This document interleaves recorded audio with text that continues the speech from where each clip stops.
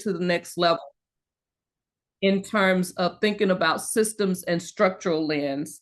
And then the third one is to translate some very complex public health concepts into clear, compelling, and impactful thought leadership communication. I remember my grandmother used to say, "You can be so smart that you're actually dumb."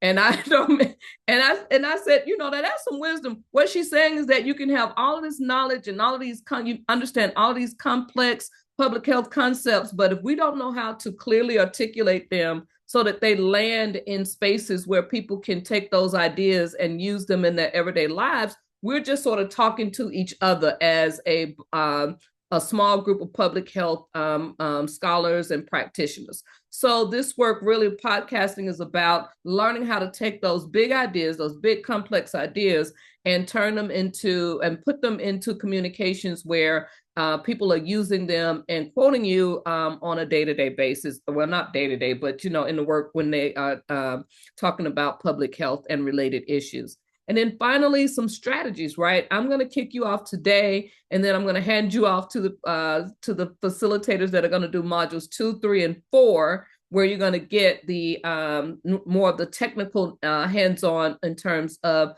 how to build your podcast. But I'm going to start you with that high level of strategies in the work that we do. Now, in terms of how we do that, real quickly, I've divided this into 4 phases for brevity. We're already at this crazy. We already at the almost 2:30 mark, and now my heart is already racing because I have so much packed into 2 hours. But I gave out my telephone number last time, and people actually took me up on it when they got stuck, and they was like, "Remember we talked about that? Can we go over that again?" So I'm going to offer the same thing again. If we go past something too fast, when you get to it and you go, "Oh, I wish I could communicate with Dr. Quinn," well, you're going to have an added advantage as well, because this will be the first time that I'm teaching this where I'm not in school myself. So that being said, I'll have even more time to spend one-on-one with anyone who would want to have some more time in the Public Health Thought Leadership lab with me. So what I am promising you, though, is at 3 o'clock on the dot, I'm going to give you a 10-minute break, because you just need to walk around, let some of this stuff land and settle before we go into the second phase. All right. So that being said, let's get to the what. This is phase 1, the what. And if I could have someone to come off mute and read that first quote. These are 4 different quotes. Rather than give you sort of a textbook definition, these are quotes on thought leadership that have come from industry leaders who are trying to put thought leaderships in perspective. And so we have 4 of these. For brevity, I'm just going to take us through 2 of them. And the one that I want to use on this page is actually the second one. So if I could get someone to come off mute and read the one about cutting edge thinking.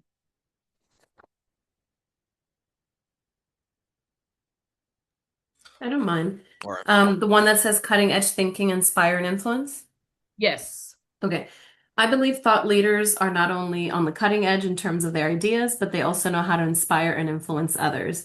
Said Walt Rakowich, a leadership speaker and retired CEO of Prologix. Oh, Prologix, okay. Leaders can have great ideas, but true thought leaders have the courage to express their ideas and inspire others to implement them. Right. So what are you hearing in that definition?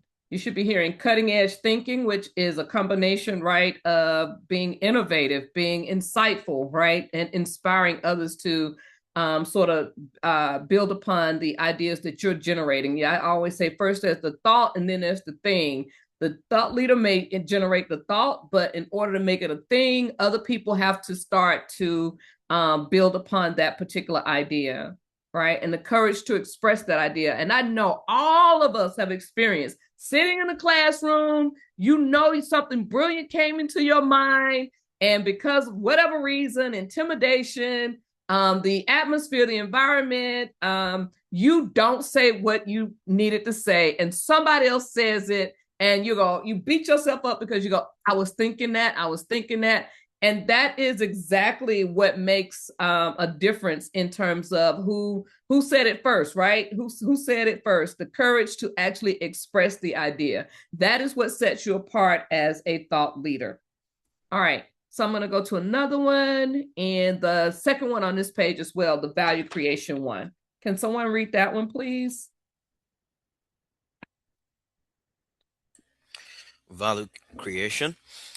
Thought leadership is all about you creating value, building knowledge, and taking a stand. According to our research, thought leadership is all about sharing inspirational, research driven content that drives change and creates educational value. All righty. So do you hear value creation? So you should be asking yourself, what value am I adding to the public health conversation, right? And not just sharing knowledge, but you're actually building knowledge. So you have to think about it. What new knowledge am I generating? New ways of thinking about old problems. Does that make sense? Yes, yes. And you're taking a stand. There are going to be so many different moving thoughts around you, but you have to take a definitive stand and position yourself clearly in that space on that topic. And I'll give you some examples of that in just a second. One other slide on leadership, thought leadership. When industry leaders will ask, what does thought leadership mean to them? If you look at these numbers, 60%, right, said thought leadership is creating content that is inspirational and that drives change. So you think about what you submitted, and you think about how you're going to merge these two: inspirational content with educational content. So you definitely never want to lose sight. You're not just some commentary or some person just out here, saying what everybody else has said. You are using evidence-based material. You're using well-researched material, but you don't want to make it boring. How do you put those messages together in ways that inspire other people to say, you know what? Now that's transformational thinking. That is how we're going to implement from now on. So what this is saying is that a thought leader is someone who can educate and inspire, right? All righty. So, and how we're going to do that? We're going to do that by building a podcast. Now, do you see this head with all of these different aspects of thinking? That's exactly how your head should be spinning as you do your podcast. You should have a little bit of critical thinking going on. You're going to have to dust off your analytical brain. You're going to be using your creative thinking, logical, like what do I need? How do I need to line this up? You're going to have to problem solve.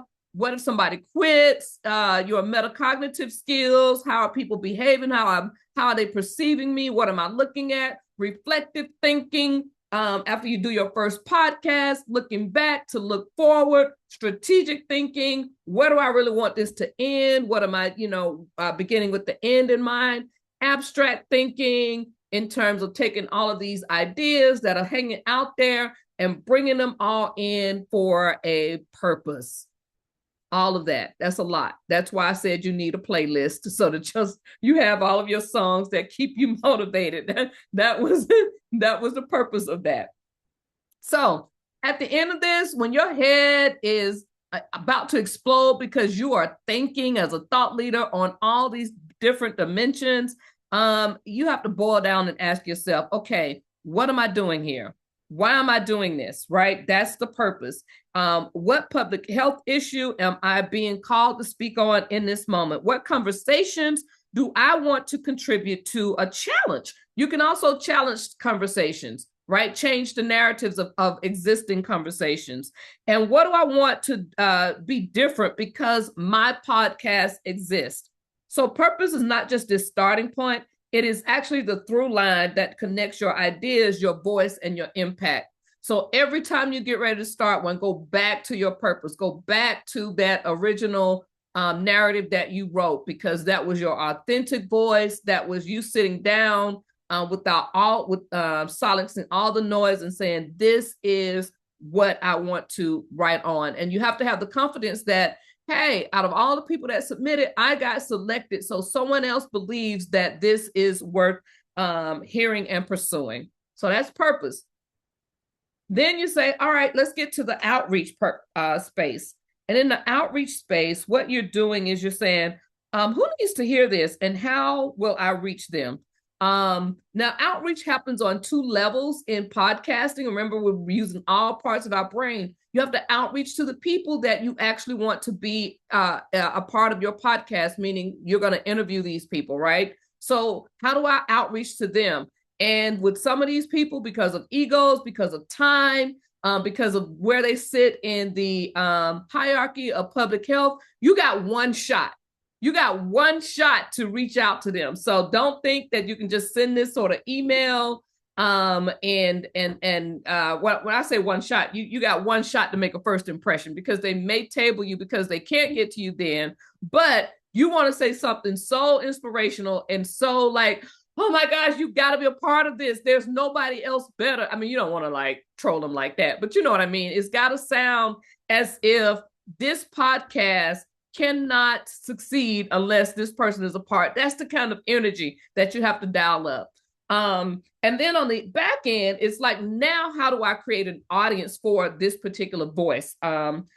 And with that, you have to be intentional about engaging the people who the work is meant to serve and influence. So you've got to spend some time finding your audience and immersing yourself into that. And you can do that by having conversations, joining existing conversations, expanding the conversations that are already out there, contributing right to other people's conversations. Will bring them to say, hey, what that was pretty intelligent. I want to hear more about what that person has to say. And before you know it, you are building a following. Also, you want to know, I call it the I put this down here. So hold on. Oh, you want to spark dialogue. So if you see other people's posts or other people's podcasts, you want to jump in the comments. You want people, you'd be surprised at how many people start following you, because a lot of people actually love reading the comments. And so you can actually build a following just by being clever and strategic in terms of the comments that you make. Now we get to development, right? Development is designing an intellectual and strategic experience for your audience. What conversations need to happen? And I see in your work, like you've spent some time writing some interview questions. I want you to stop thinking about interview questions, and I want you to start thinking about conversations. Interview questions, and a lot of what I saw you all write about, those are questions that you would ask if you were doing a thesis or a dissertation research, okay? So, and that's our starting ground. We start as thought leaders in this field in academia, but now we are moving into having these conversations with the general public. And for that, you have to think conversations and not interview from a standpoint of research. Does that make sense? So you've got to start making your questions sound more conversational. And I call it having intentional dialogue as opposed to trying to get your research questions answered. And another thing that I saw, I want to make sure you understand, how are you unfolding the arguments, right? How are you engaging the audience? How are you making like memorable messaging along the way? Do you have sound bites that you want to have as hashtags, right? That makes your work pop. And the point is that you're developing your ideas and building the structure at the same time. You're using a lot of pieces of that brain at this point. Okay. And then the content. Now I won't say a lot about this because you're gonna all of you all have different content. But what I will say is that make sure that your content is evidence-based. That is the one thing that sets us apart as public health thought leaders, that we know how to talk about the research that has been rigorously gathered on our particular topics, and we know how to bring them in, and then we bring them into current conversations, right? Make it timely and make it reflect the current trends that are going on. So who's doing the work on diabetes? Yes, Dr. Pilo. So I would think that now, you would be entering the chat room in these conversations about all of these weight loss drugs that have now become available. And what do you have to say about that in terms of chronic disease management and diabetes management? Because it is a game changer for all of the lose weight, get your numbers down. What does that mean, and how, and what does that mean for the people who are still vulnerable even after the weight loss drugs have entered the technology for tools and techniques that we have to manage chronic diseases that are related to obesity. So we can talk about that in just a second, but I want to finish this up. And then the A in podcast is analytics, right? Analytics is not just how many people are following your podcast, but you have to really understand who is engaging with this content and who is not. Who did you expect to engage and they actually didn't show up to engage with the work that you do? That happened to me. I thought so many Black women would engage in my work. I found out that my work sits better with allies, folks who are in spaces to help Black women who have jobs and who are in spaces to help Black women with issues that they are resolving. So that was a pleasant surprise. What conversations is this podcast sparking? And how is this shaping and understanding practice and decision making? So that means that you need to analyze your comments as well. And I don't know, I can't remember when we did it, the comment session was turned off, but you could share, and then I think comments could happen in the sharing. So I'm not sure what that might look like for yours in this round. But definitely you want to know how people are sharing and which people, what is your audience looking shaping up to be in terms of listener demographics and the kind of engagement rates that you have. And then the final one, next to the final one is sustainability.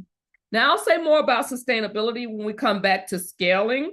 But right now, what I want to say is that you really want to start with the end in mind. What pieces of this, because we'll talk about it later, but your podcast can turn into a book. It can turn into a TED Talk, or, so just think about this as being foundational, or you might find a way to continue your podcast with some sponsorships after this. But there are so many different ways to talk about sustainability, but that's going to be a conversation for May 24th. And then definitely trending topics. I've identified about 15 trending topics that are big topics that are happening in public health at this high level.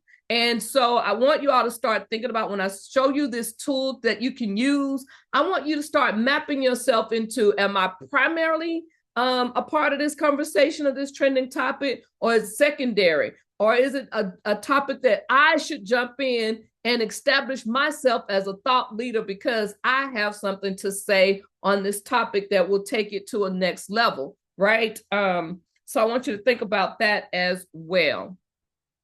Now I'm going to bring you in the conversation. Y'all warmed up? Y'all got that? Y'all got all those pieces of podcast in your brains all like, I got to use to my brain to get this done. Absolutely you do.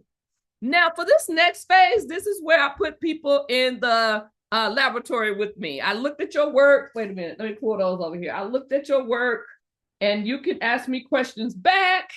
And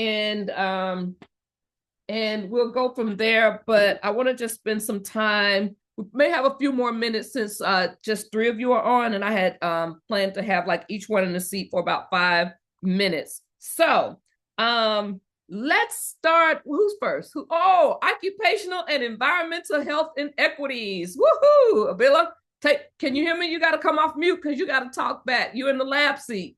You're in the coach's corner. I see your yes. All righty.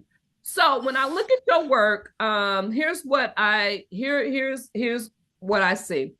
I see you talking about worker health.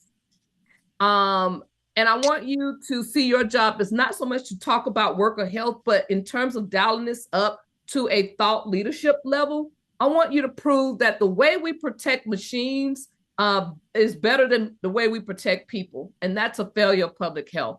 We spend so much, you see what I'm saying? Like you got to give people a way to think about how is this relevant to we know we should be protecting the workers, but we're not. We actually are protecting the machines. And so here's a statement that I want you to chew over in terms of dialing it up to a leadership, a thought leadership perspective.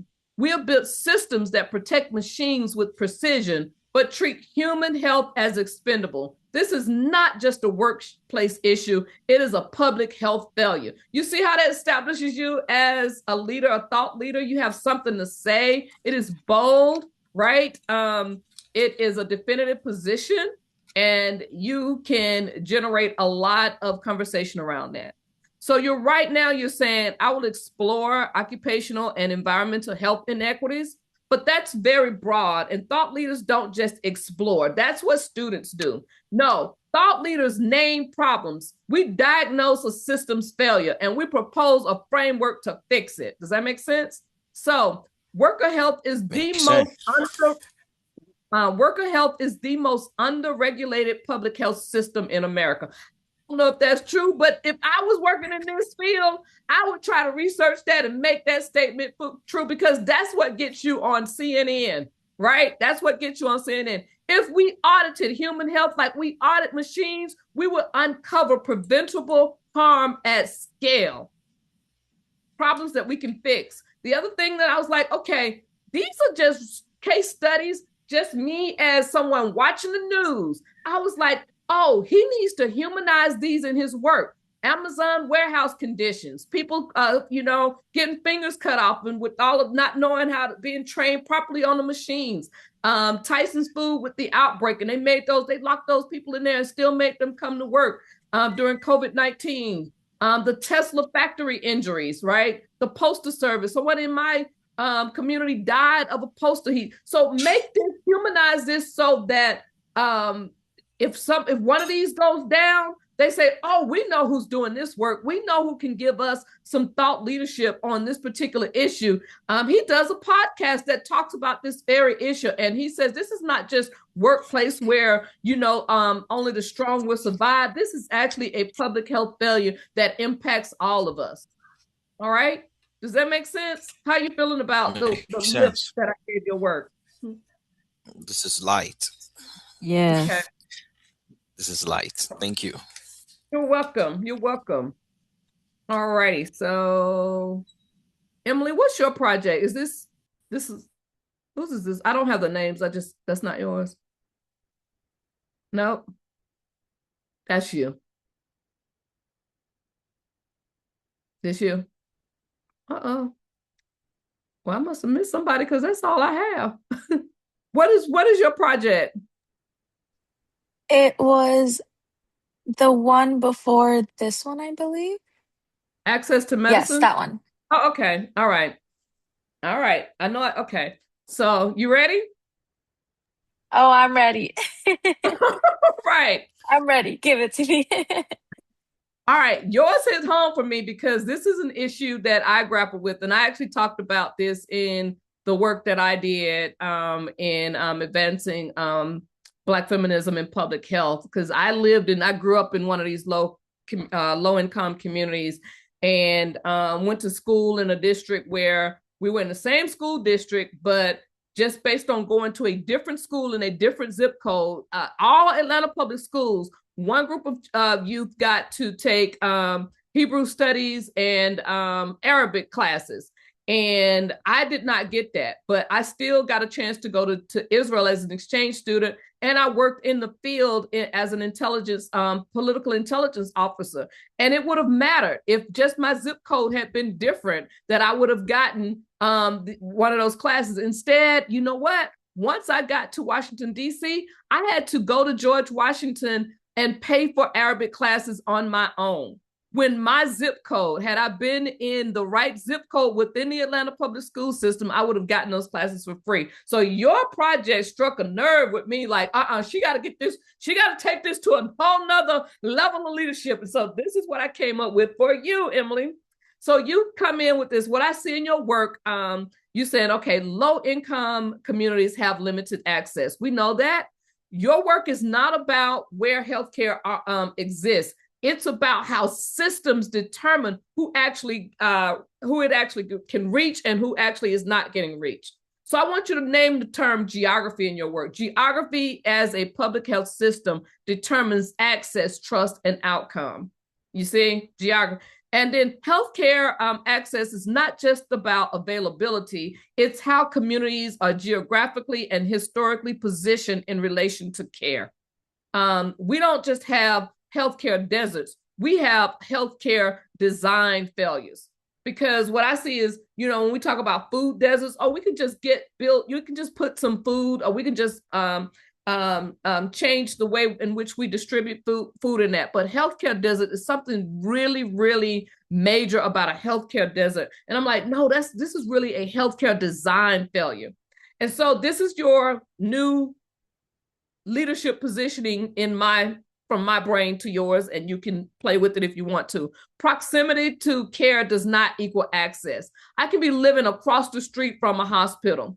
Just because I'm living across the street does not mean I'm still going to have access. We built world-class hospitals without building equitable pathways to them.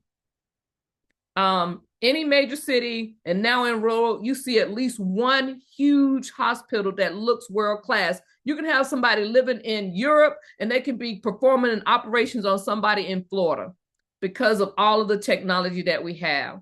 But how do we make sure that everybody has access? And so that's what I want to hear you talk about with all of the technology changes. She just left. She didn't even want to be here anymore. She's like, I can't. Did she leave? I thought I saw her disappear. I'm sorry. So I want you to take it up to that level. Like, all the money we spend for world-class hospital systems, and all the technology we have to have doctors that live in Europe operating on people that live in Florida, and we can't get this right for people that live in these confined, low-income communities to have access.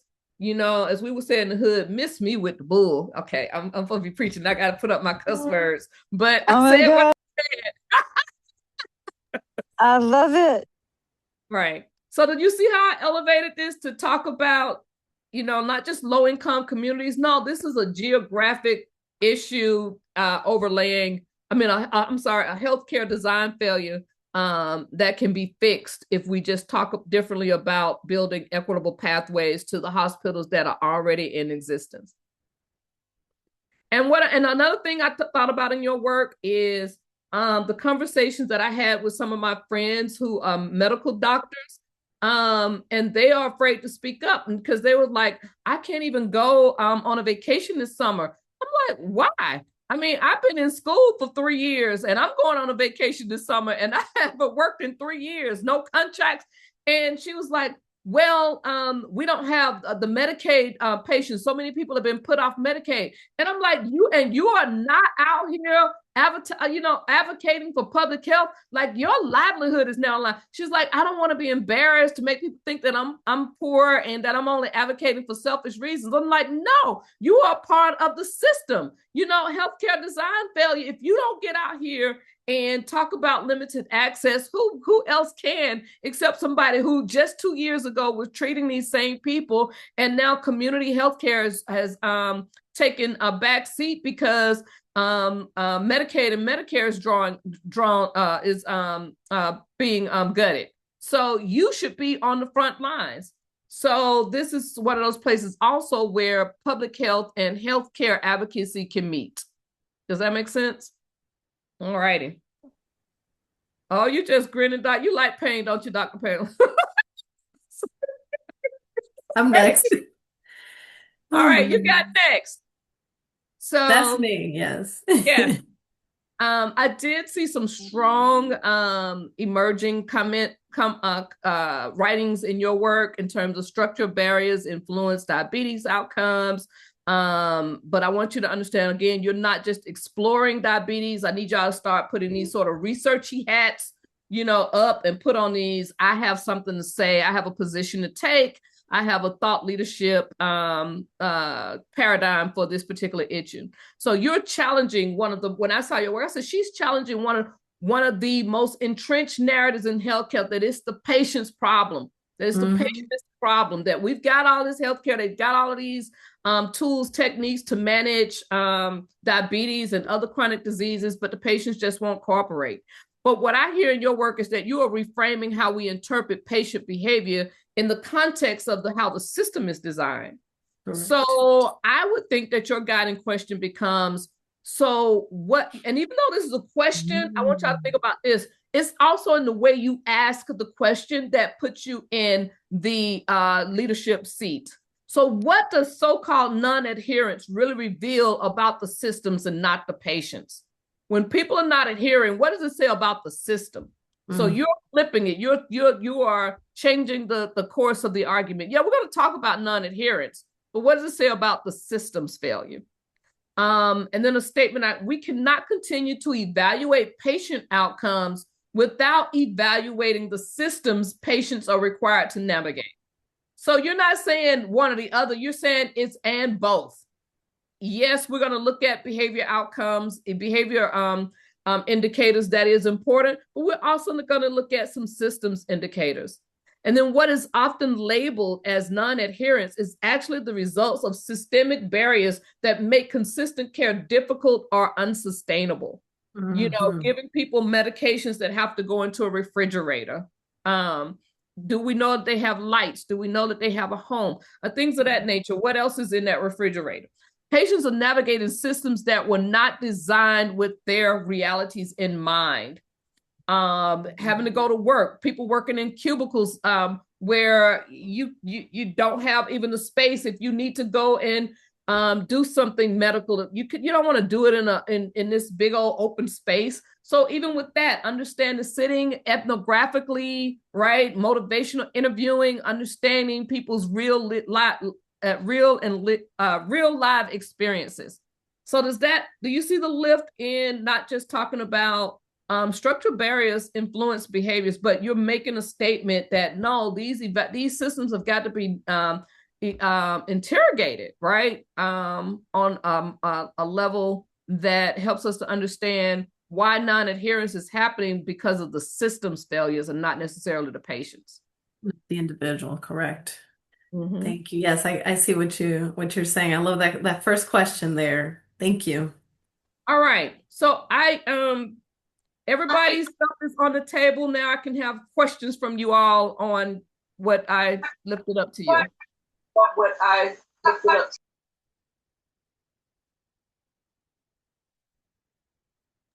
I need a minute. Okay. Dr. Quinn, I'd love to hear, like, as you approach the proposed podcast, like, what was your process of thinking through, like, how to reinterpret them? Did you draw on a specific sort of theoretical construct, your own experience, your knowledge?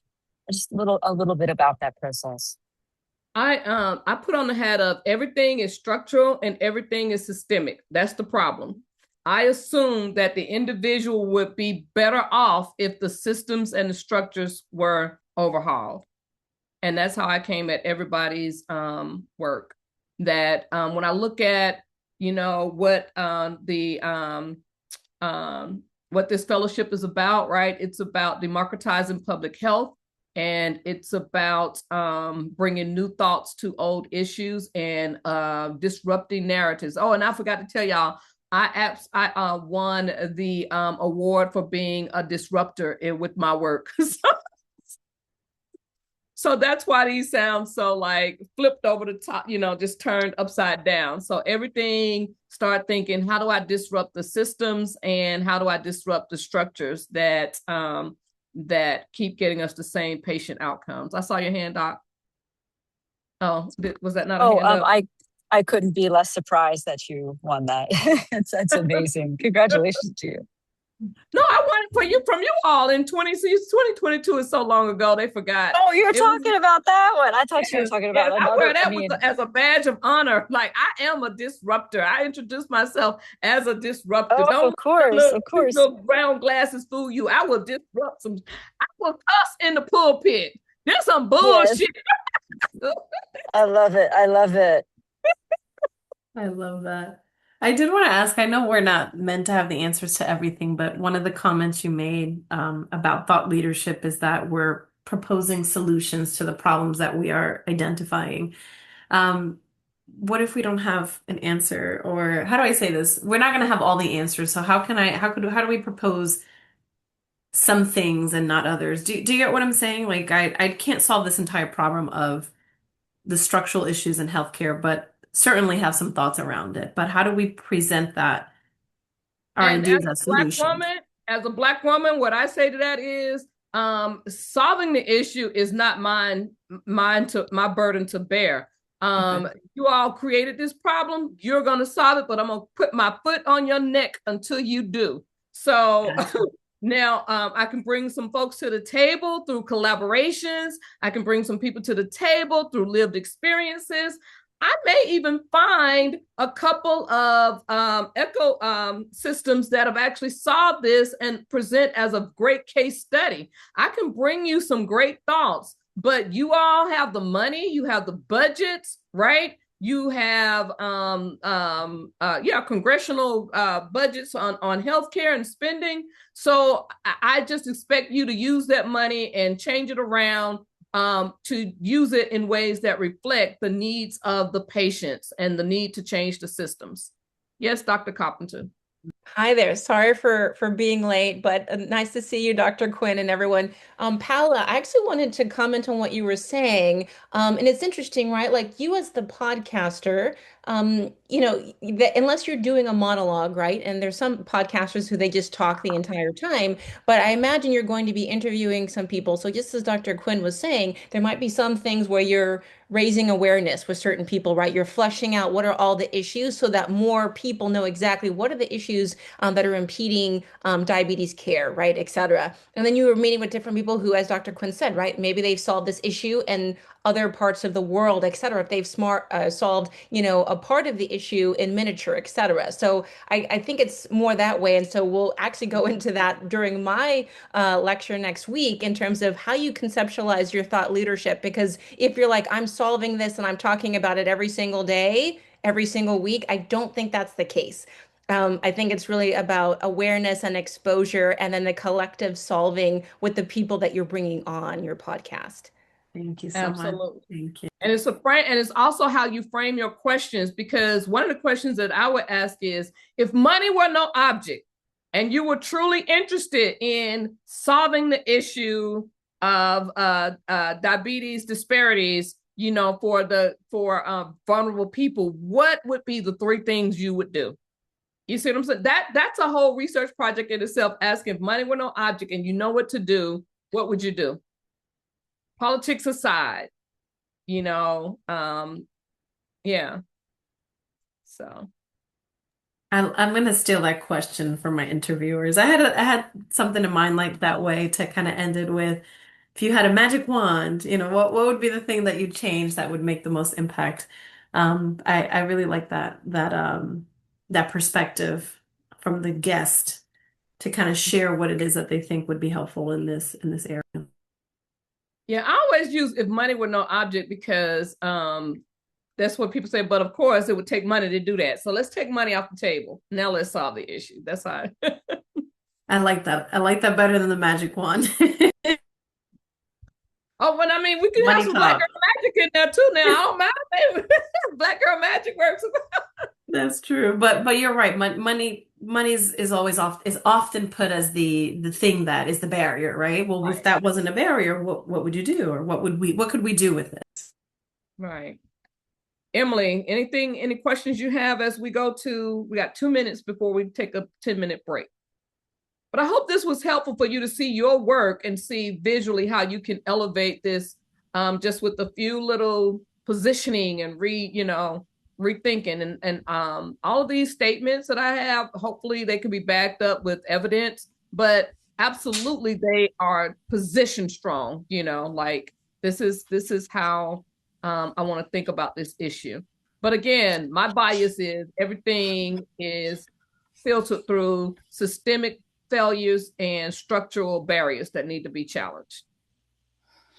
I like to ask a question. To talk about the role of a guest in their podcast. So I remember you pointed out that strong thought leadership goes beyond exploration and uses evidence to diagnose and propose solutions, just like you said. And the goal is also to present ourselves as the thought leader. All right. Mhm. So that made me question the role of the guests on the show, whether they add to the clarity or risk, diluting it if not used diligently. You know what I'm trying to say? I am to present myself as the thought leader. Then why am I bringing the guests to what are they coming to do on the show if I am going to be the thought leader, which means whatever I say should be what people should accept. So what if the guest has a different opinion from what I have? It's just a lot of things going on in my head. Then it becomes fearless dialogue, right? Two people who are equally passionate about an issue and they're thinking about solving it in different ways.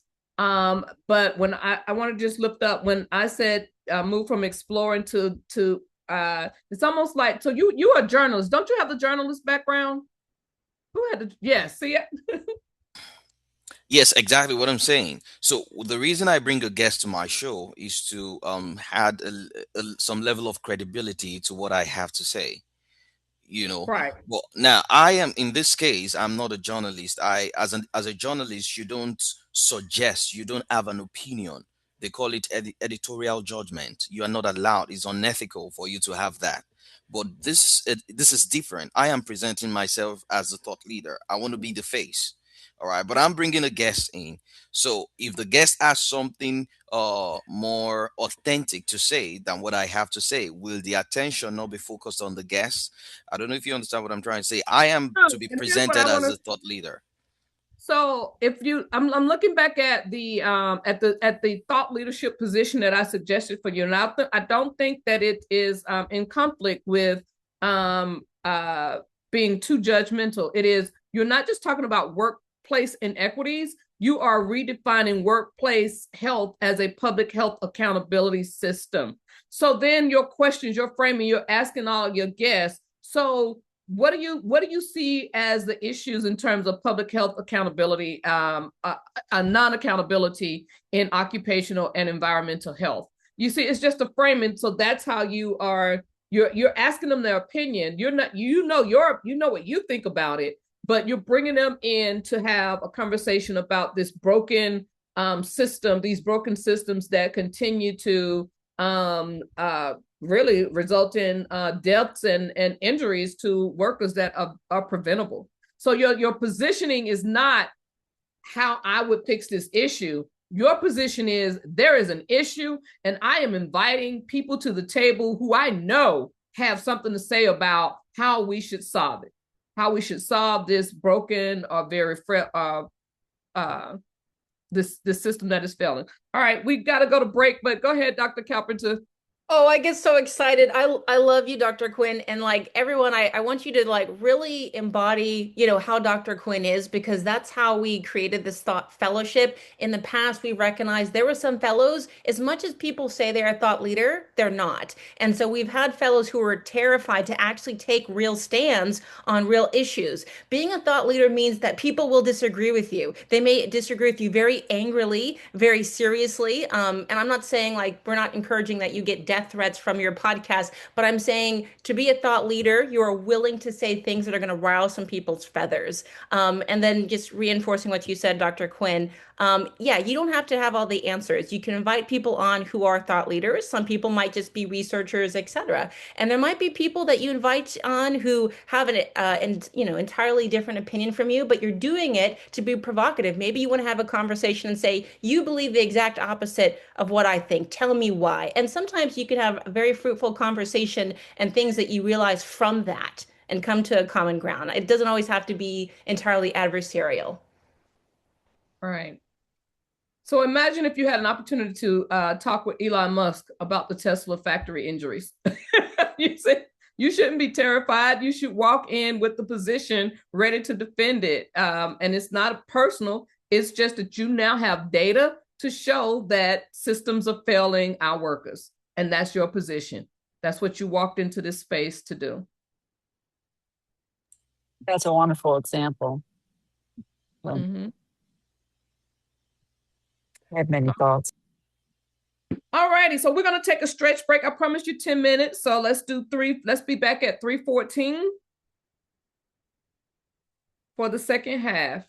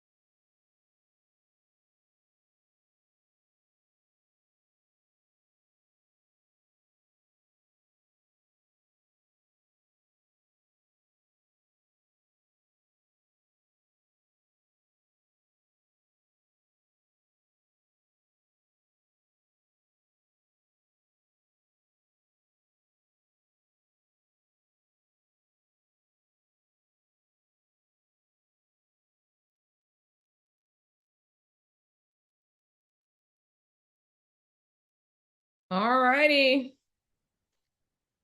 Just like the rest of this session, that 10-minute break went really fast, didn't it? But the good thing about it is this is session 1, right? This is module 1. You will have my information to continue this dialogue, and you get to pick my brain again at the end as you get ready to go. Is it set up now where they get all 5 modules before they actually start the podcast? Yes, they do. Okay, all right. Yes, y'all have us to thank for that improvement. We were building our plane as we were flying it, and I enjoyed it. I really enjoyed it. So you have like an unusual ability to generate, very deeply and with great breadth, probably on any subject you put your mind to. Oh, thank you. But others, need a little help. But we just felt like this was much more humane, and especially since starting it off with you and really like this overarching approach was just really a gift. No, I really like this approach, given that everything now is a podcast and you have to go and bring other people into the room. So, how you establish your thought leadership voice at the beginning matters in terms of how you engage people that you want to come onto your podcast. So I think having this confidence established at the beginning is really, really helpful. Because see, I did not start podcasting until later in the process. My first ones were actually just blogs because, just to get the mechanics up and running. And then when I had some lead time, right, and I was like, okay, in the next week I'm doing this one, and now I can start podcasting. All righty. Also, you did above and beyond the other folks in your cohort. You actually, I remember you did like digital blog, and it's like I don't even know how she's doing it. So, well, thank you. All righty. So if you remember when I was talking about podcast in that acronym, the T stood for trending topics. And I want to say a little bit more about that, because really contributing to trending topics can really help you to elevate your thought leadership voice as well. So you're not like jumping all over the place. Your topic is your topic. But what will happen is when you see these broad trending topics come up, I want you to start thinking about what do I have to say about that topic based on my thought leadership stance, right? Because the topics are really broad. They're not, well, let's just jump into it. All right, it's 15 of them. These are the first 5. So on the global challenges, right? Complexity of global challenges. Every issue that you are addressing happens at the global level. And then there's the political. I have definitions of these, but that's not the purpose of this particular workshop. If you all want me to send you like, what do you mean by any of these trends? I can actually send you that information. I've researched it. I actually updated it for this, but then I thought if I unpack that, that's a whole class in and of itself. But just think of the big terms: advances in technology. And I highlighted in yellow health equity and social justice, because I wanted to make sure, Emily, I don't know why I don't have anything in yours for that, but maybe I didn't get to the notes, but that's what I call a through line. Like I wanted to vet everybody's project to make sure they had something to say in health equity and social justice. And I think it has to do with the fact that Emily's project was so, like, remember I told you, it sort of threw me back into a trigger of, no, we got to get geography right. And I think I wrote more on hers in terms of statements she can say and didn't come back to this, but definitely her project is social justice. She named it that. So maybe that was it. Like she came with that voice already in that. But I want you to also think about how your project also touches on mental health. Every time there is some, unfortunately, mass shooting, right? This topic comes up, mental health as a priority. There are shootings in the workplace, right? And it comes up that, oh, these people are, there's burnout in the workplace, there's psychological safety. So anytime there's a mental health, bodily injury or some kind of violence in the workplace, it should be on your radar screen to think about this through an occupational and environmental health inequity lens. Does that make sense? So that's what I mean by having these topics and knowing how to think about them. Again, just in looking at your projects, these are some of the things that I put in as jot notes. This was my thinking about your project. So I want to give you these tools, right? And I want you to go through it and say, I'm going to do this for myself. So let's just take one on this page. I would take I already lifted that one up about the diabetes. But it's like we cannot continue to evaluate patient outcomes without evaluating the system. I already talked about that. Oh, who is most exposed and who is least protected? That's a social justice type question that you can ask about the workplace. Does that make sense? All righty. So then the next page, we have some more trends, intersectionality in health. Everybody's sort of doing race and class, but I tried to add one additional place of intersectionality that I want you to start following in your work.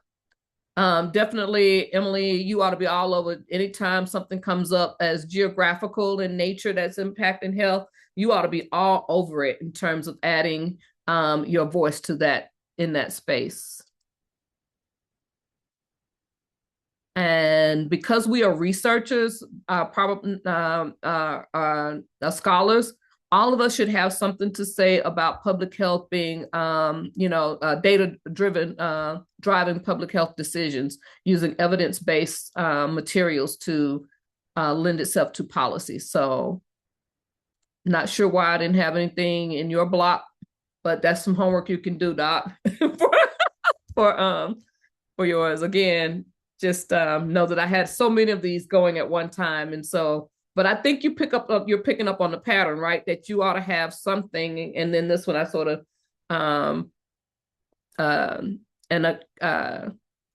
which was one? Oh, Emily, I had a lot on this page for you. The same communities with limited healthcare access often face the greatest environmental burden. So you can start to look at that overlap. Why is that? Why do we have healthcare deserts, but they have all the dumps? Everything is being dumped in the same places where we don't have, where people don't have the kind of access to healthcare that we think they should have. And then physician pipelines. Are we making sure that we have people who are coming to medical school who are committed to going and working in certain particular areas? And are we incentivizing them to do that as well?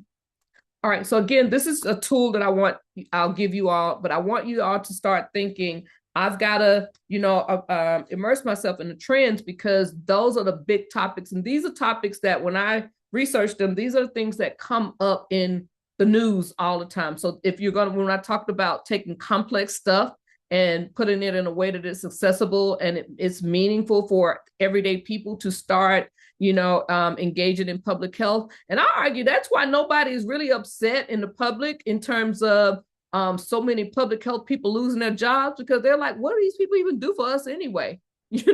How they gather all this knowledge and they disseminate it, but they talk to each other. All the knowledge goes into public health journals. When do we get the knowledge so that maybe that's why they're not as upset that 300,000 people lost their jobs in public health, because we don't give them back the information that they paid for. Yes, Dr. Carpenter, you're going to stop me. Yeah, I was just going to say, no, I agree. And I'm like thinking about, when I watch television, and most of the public health content, ironically, is coming from pharmaceutical companies. Right. When they're advertising things about, say, HIV, medications, et cetera, like usually the slice of public health that people get is usually related to, and then you hear a little bit about HIV or certain populations that are vulnerable, and then it's like, take this medication. But if you think about it seriously, where are we getting our public health messaging? Like it's so incredibly nil. It's frightening. Yes. That is it exactly, because you said HIV, and obviously I worked in that field for a long time, and if you see a Bit Carby commercial, the messaging is actually very confusing. Most folks in the general population do not know what public health is or why it's important. They don't understand, they don't even have an idea that maybe HIV is still around. So even when something like COVID happens, like the lack of information that's there just creates a lot of confusion. People don't understand that public health messaging can evolve as we learn more about health topics. So then it seems like, oh, you were lying before, because people get very emotional about when you say, hey, maybe you shouldn't be going out and mixing with other people right now. It's very challenging. So that's where you come in as thought leaders, finding new ways to get this information out to a lay population that sometimes doesn't know they need to know it and doesn't want to hear it. So it's not an easy job. But when we saw your applications and we heard you talk on the call the other day, it was like, these folks really have that. They have that magical something that could really make a big difference. So, And just thank sitting you for here, my soapbox.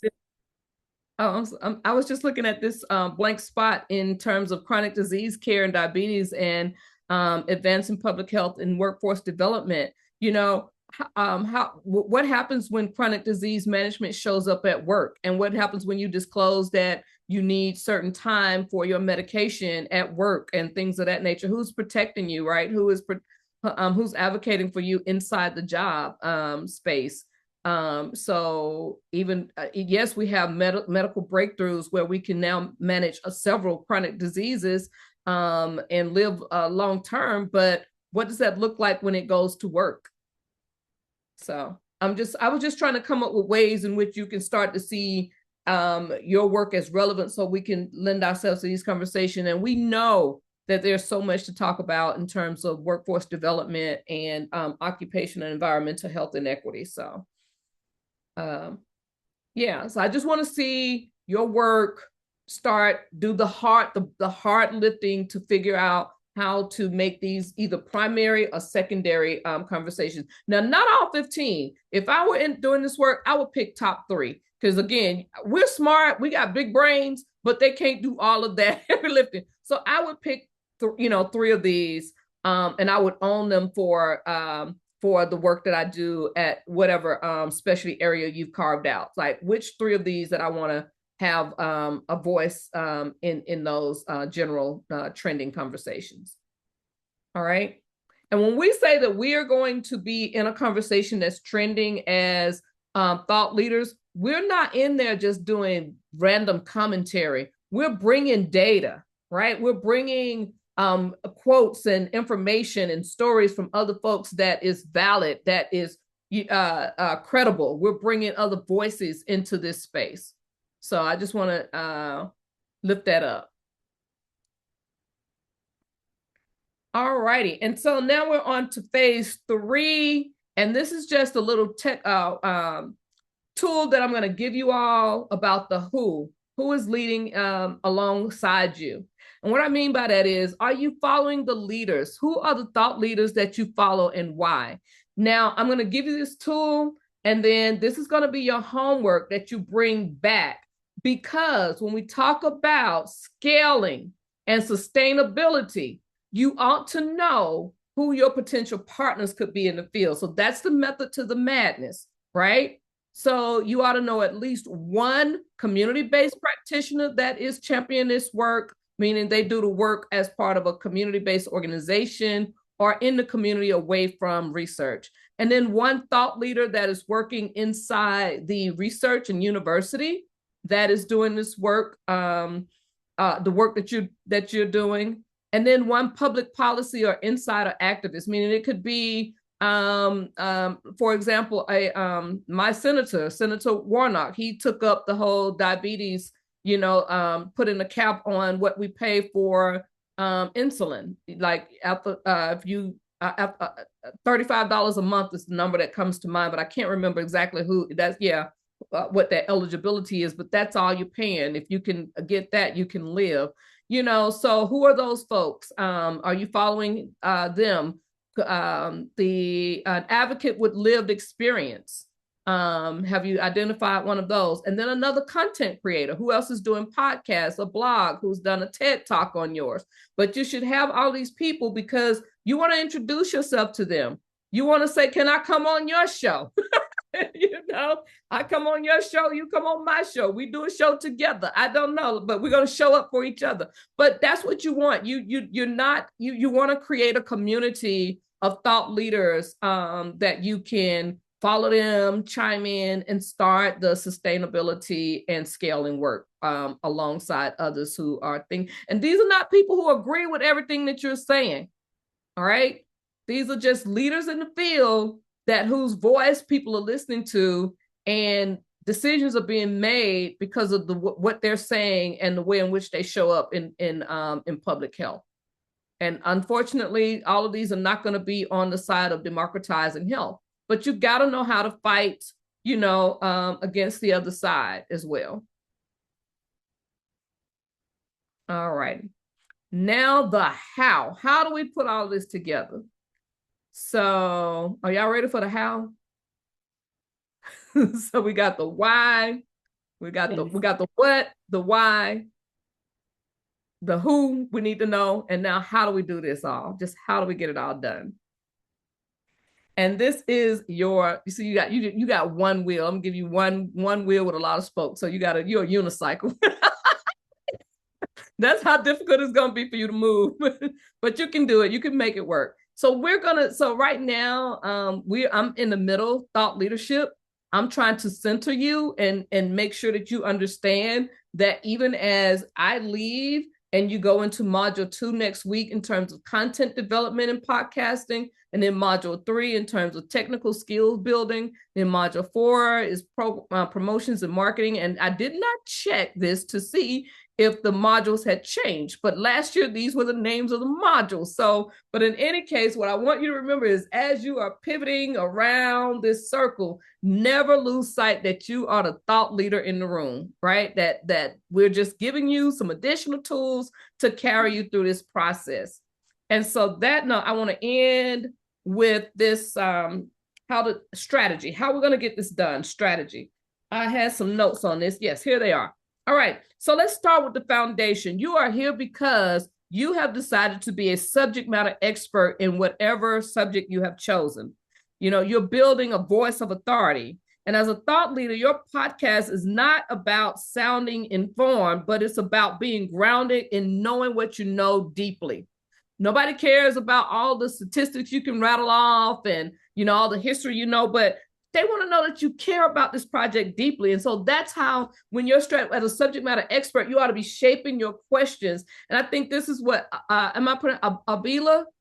This is what you were asking. You're pivoting from being this sort of neutral journalist to, you have a position to take. You're a subject matter expert. You have done some work in this area, and you should not just sit there as just as someone you're dialoguing. This is fearless dialogue. This is, intentional dialogue that you're having about this conversation. Now, do you want to overtake your guest? Absolutely not. But your guest wants to know that they're talking to somebody that is smart and a leader in this industry as well, right? And then we move to the T, the theoretical frameworks. Never forget, in public health, remember when Dr. Seriously asked me, where are you getting this? Why did you come up with just reframing these people's stuff? I said, it's easy. I came from structural, a social ecological model where I'm looking at the structural and the social conditions. And I'm saying, let's talk about those. We can always come back to the individual, behaviors, but let's talk about the structural and the systemic things that need to change. So just make sure that you understand theoretically where, how is your work holding together in terms of a theoretical model? Because remember, we're talking about very complex ideas. You got to know how to explain patterns succinctly, So you need some kind of way to think about it and to say, the social ecological model, where we start with the individual and we make our way to the systems. And that's it. And we all know, we've had the classes. We know that it could take 15 minutes to unpack that. But in a podcast situation, your strategy is, let me make this very complex thing simple, but you're going to know that I am giving the patient some grace right now. See, I told you so. Those churchy words are going to come in a minute. But we're going to come back to the patient because the patient does have agency. However, right now we're going to interrogate the systems that be. Okay, so, but whatever your theoretical framing is, you have to figure out how to make some sense of it and how to make it make sense, how to make it make common sense, and take it out of these very researchy frameworks and make them simple. And then the R is research-driven content. Again, we do in public health, we do not lead without evidence. Everything that we do needs to be rooted in research. Now, you can say I'm making a judgment call here, but you need to call it out because we don't ever we put too much into our degrees in public health, too much into our research. We bought into that system, if you will, right? That it's just that the research, and I say that on so many fronts, we don't have a knowledge gap. We actually have a dissemination and a practice gap. The knowledge has been sitting there, it's just dormant. So how do you then do that? You take it to actionable. You make sure that the research-driven content always leads to, so what are we going to do? What's the change? What's the ask? What's the lifting? What's the actionable insights? How can we use this to make people's lives better? Okay. And then I also want y'all to think about thinking. Remember all those different thought compartments? I don't ever want you to lose that in strategy. I want all of those little light bulbs to be going off in your head at all times. You need a lot of reflection time to do this work. Thinking about thinking, okay, how's this going to come together logistically? Did I leave out some research? Did I cover all these bases? You always got to be thinking on all these moving pieces. Do I have a backup plan in case my guest can't come? Do I have a backup date? All of that. And then experience. We humanize our work, right? We want to talk about case studies. We want to talk about, even if you have not, you ought to know case studies of people living with diabetes. You ought to know case studies of people who live in zip codes. You ought to know and I love how politicians can frame this, and journalists as well. They'll start with a person and they'll say, this person grew up in this neighborhood, in this house, and they experienced this kind of school.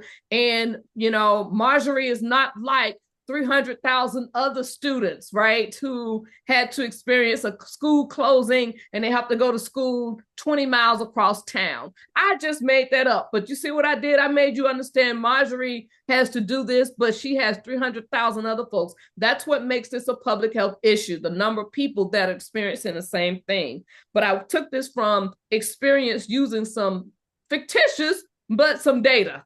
See? So you put the human in it, but you make sure that it's data driven as well. You tell the story with some statistics, make the connection.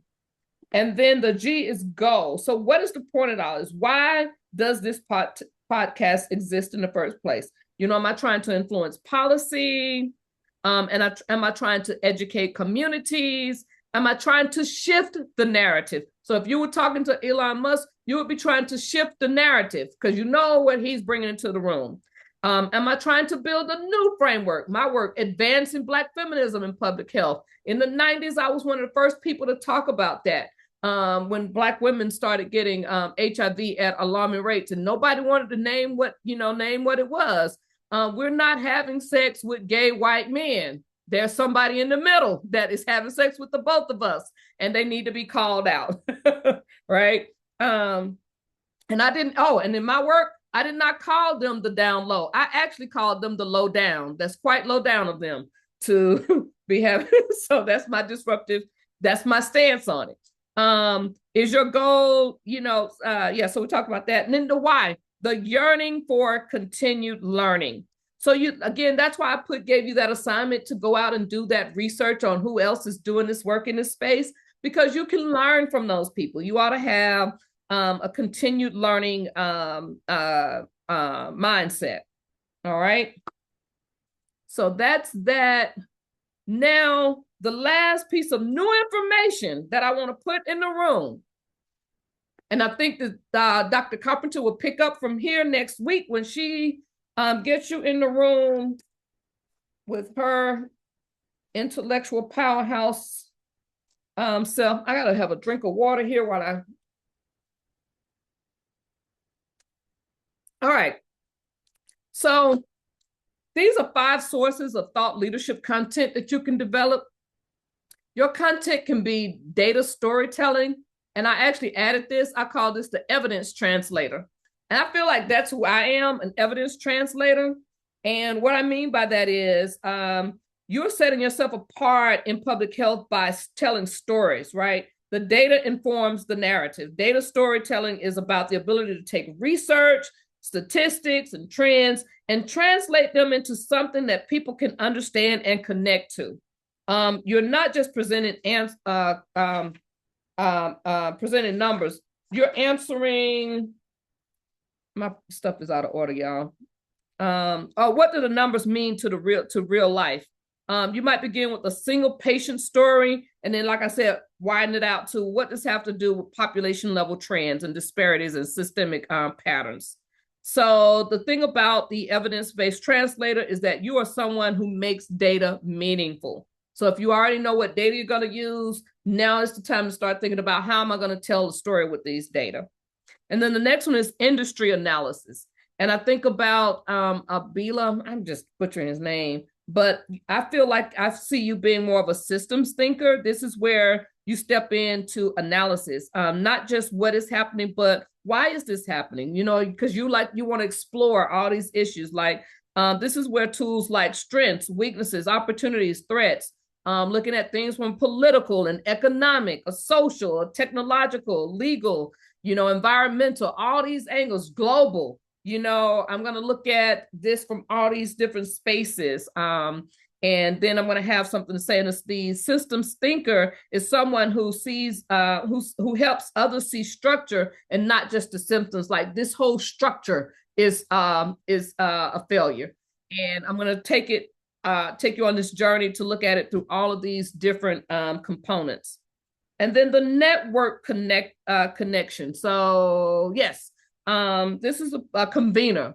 They want to draw people in, you know, and they want to just, this is where you bring in other experts, you know, and again, all of you will be doing this in some ways because you'll be connecting with the experts in the field for your podcast, curating resources, building intellectual communities. And this is an interview, guest conversations, but it's really how you engage, not as picking their brains, but as someone who is building this community of people who have something to say about this issue. So the founder's guide to discipline, lessons from. So it's almost like you're saying, can you give us lessons that you've learned that could help us not to repeat the same issues that you have experienced in terms of trying to build a system that works for patients in this community and things of that nature. So we can learn a lot from lessons learned as well. But again, understand that you should have a broad stroke of questions that you're asking your expert, not just about the current thing, but what do you see this in the future? Well, what do you think we went wrong? Because we've been here before. You know, was there ever a time we got this right? You know, you know what I mean? Just engaging them on those kinds of levels is what the networker is. The networker is almost like an Oprah Winfrey voice when I think about it. They push for the emotions. They want the emotional. So the convener is someone who brings the right voices into the room. Like what voice would make, when I look at the questions that I want to ask, what voice would actually be the right one to lend support to what I'm trying to do in this particular podcast? And we already talked about this one as well. The counter narrative opinion, the challenger. You know, it's okay to experiment with bringing somebody into the room that has a different viewpoint than you have. It's a little scary, given that we know that now people turn it and make it very personal. And but again, you know, we have to take some calculated risk in this field. And then the final one is personal narrative, the humanizer. And this one is, I challenge each of you to bring in at least one person with lived experience. Not just somebody who is working the system, who works in this, but somebody who has lived this. whatever this is for you. And again, this is where you are humanizing data, right? And deepening your understanding and making sure that this is that community voice, right? That we need in the room. This is where we get the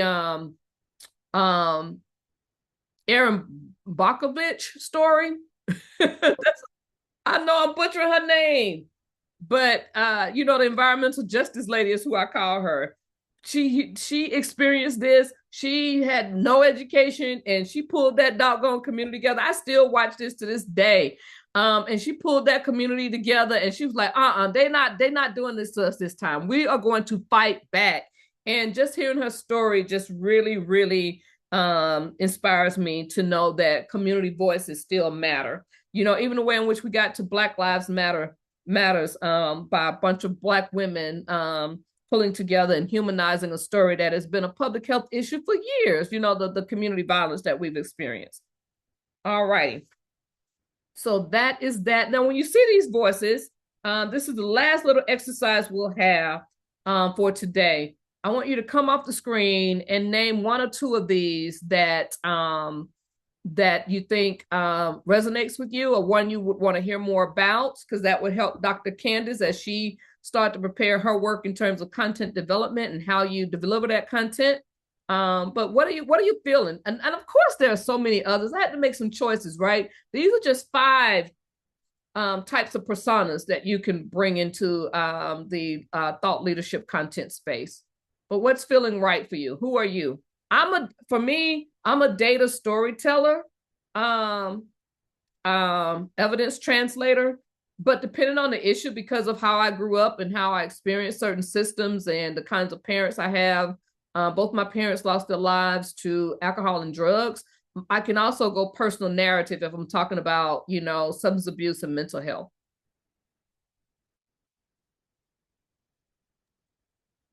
This is Paola.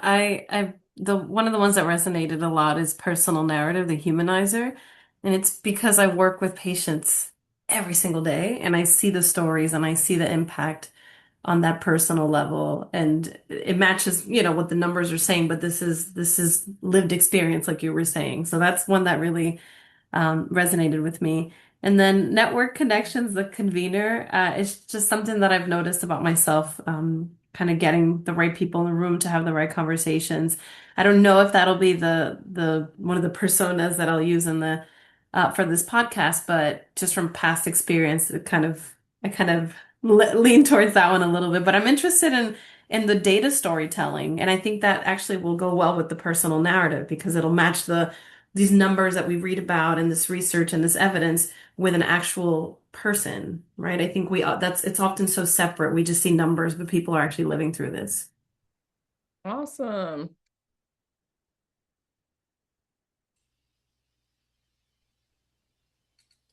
I think I'm the counter narrative opinion person, the challenger. I like to stare at the water. As much as I love peace, I don't like people to get used to it. Sometimes the way to peace is war.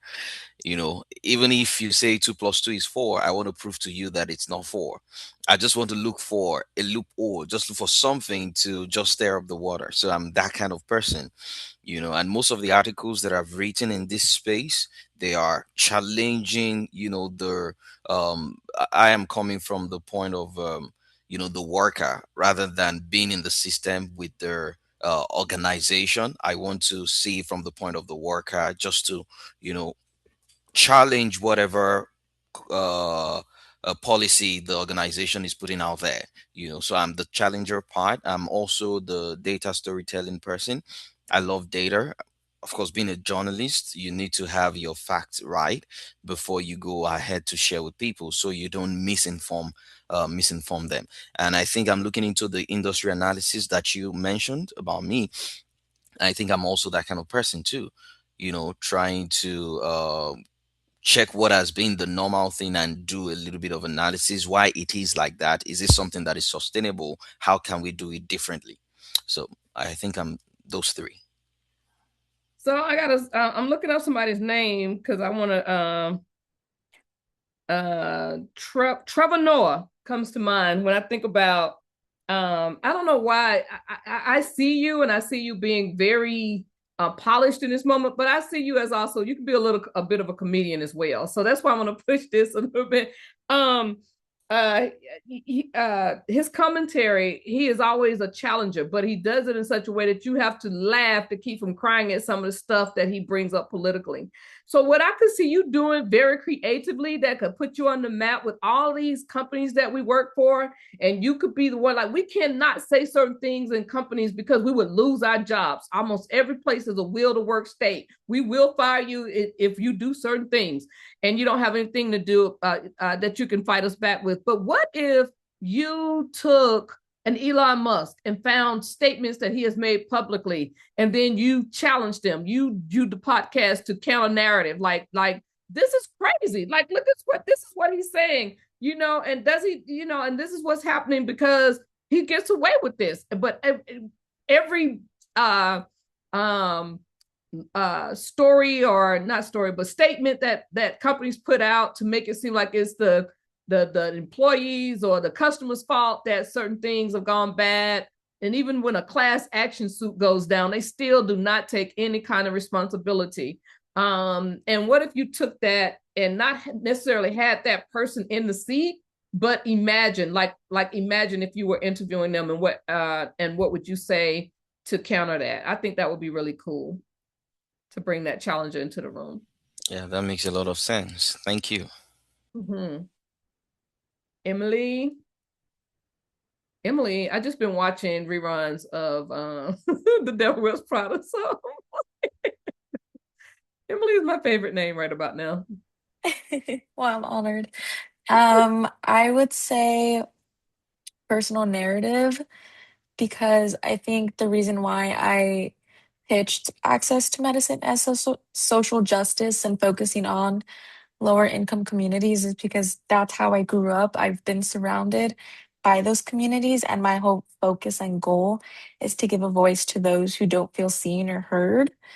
Um, and then I think I would also say maybe industry analysis, because so much of what I want to focus on, the things that I'm passionate about, has to do with the systems that we are currently in and how they perpetuate so many things that impact us in so many different ways that not everyone knows about. And so those are the things that I want to highlight, and those are the two that definitely stuck out right now. Awesome. All righty. Well, it sounds like you've got a primary content development persona and a backup one, at least one backup one. And somebody has one that's gonna make them a badass, but that's all. I'm gonna skip over these. I can come back to those when we come back together in May, because these are kind of things that I think will be more relevant once you get all of the technical. And I want to move us to this final slide that says begin with the end in mind. And I like to use this. I want you all to print this off, right? Hard copy, not, I'm old school. I need you to print this off in hard copy, because I need you to start populating this, because you're going to get this populated with the next few lectures that you're going to have, modules that you're going to have. Like right now, after today, you ought to be able to put in mission of my thought leadership. You ought to know my objectives, and you don't need 6, but no more than 6, but 3 to 5 is good, right? You should also start to think about audience relationships and content repurposing, meaning what have you written something somewhere else and you want to bring those questions in, papers that you've done, research papers you've written and about this topic, and bring those into the content development strategy space. And I wouldn't say so much competitive analysis, because that can also be cooperation, but I would call that other people who are doing this work. And remember that one sheet that I gave you where there were like 5 different people you ought to know? I would start putting those people in that space, because they're going to help you in the long run. You can look at how they've done it. Some things you can look at them as, sort of they did some things great. I would do some things differently just for your own learning. but at least you can start filling out those even after today. And so that's where I do have some closing thoughts, but I want to hand it over to Dr. I'll stop sharing, hand it back over to the awesome and amazing co-founders of this to wrap up and tell you those housekeeping things, because I'll have another chance to meet with you all. All right, wonderful job, Thank Dr. you. Quinn. As always, I'm always on the edge of my seat. And this is why we continue to teach and have this thought leadership fellowship, because thought leadership is ever so important into today's age for sure. And as I said, all of you definitely exemplified what we were looking for public health and social justice thought leaders. So we hope that you got a lot of inspiration from Dr. Quinn. But yes, as she mentioned, so Sabath will be sending you that thought leadership canvas. But you will have time also during my session to fill things out as well. And I appreciate all of you were thinking very deeply about your podcast, which I really appreciate that. But anything else you wanted to add, Dr. Cersei? Yes, I just wanted to add that I always learn something new from Dr. Quinn every time she talks, and also the same with you, Dr. Carpenter, as we you know, the way that we approach like public health and leadership and thought leadership over time just really continues to evolve. And as we go through this process and we talk more about technology and how we do our podcast and how we're going to promote it, I must say, like, where we started a few years ago doing this and to where we are now, and like how we stage and put forth our thought leadership has evolved dramatically. As Dr. Quinn was saying, she did like written blogs, and we actually did them as we went along. Now we're doing podcasts. Now that we're doing podcasts, we're going to be talking about Substack and other platforms. And I'm going to tell you, a few years from now, it's going to evolve once again. But those personas, the blended personas around the humanizer, using data, industry sort of critiques and the like, those are just really powerful tools that kind of stay constant as things change around us. But really looking forward to working with all of you. And I'll hand the stage back over to my colleague. Sabath will say some final.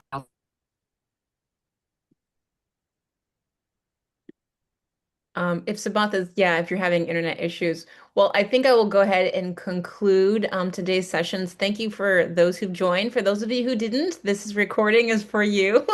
So definitely make sure you keep up. But yes, all of you guys, think very deeply, obviously, about what initial podcast you want to do. Dr. Quinn has given you a ton of different ideas of who you might invite, and start the process now, okay? This is one of the things we've seen every fellowship year, where people run into that situation where they're like, oh, this person's not available for 6 months. You need to have lots of backup plans. This fellowship goes very quickly. So sometimes you may not, be able to get that person who is Anthony Fauci, but you know what? That's why you can choose that person who has the lived experience. They usually are much more available. Yeah. The other thing I'd like to say to that is I worked in HIV a long time, and like Anthony Fauci didn't used to always be Anthony Fauci, right? He was just Dr. Fauci, the guy from a part of the NIH that no one talked about. We used to get cursed out when he came into some rooms. Everybody. Yes. So that's the person you feel may not be as important, but you're talking to them. This field changes, evolves, elevates the whole thing. So, if you're talking to someone who maybe not as well known, you're a thought leader in a new way and talking with them. So. Absolutely. I agree. Dr. Paula? Yes, thank you. Yes, I have two questions. The first one is, where can we find the recordings? And then the second question is, do you all offer any tips or suggestions in reaching out to our potential guests to request to be interviewed on the podcast? Absolutely. So Sabaf will always be sending out the recordings and then be housing them in the Google Drive. So you guys will have access to all of that. And in terms of that, I will cover that in my lecture as well and give people templates that they can use to feel more confident. But yeah, just as Dr. Quinn had said, right? Sometimes you have that first chance impression. So the biggest thing is, not to be entitled for sure, but you might want to follow the people that you're considering as well, like their things, comment on their things, and give it some runway, right? Don't do it like day of and then be like, be on my podcast. Um, you know. Thank you. Well, for the sake of time, we will go ahead and end here. I'll stop the recording.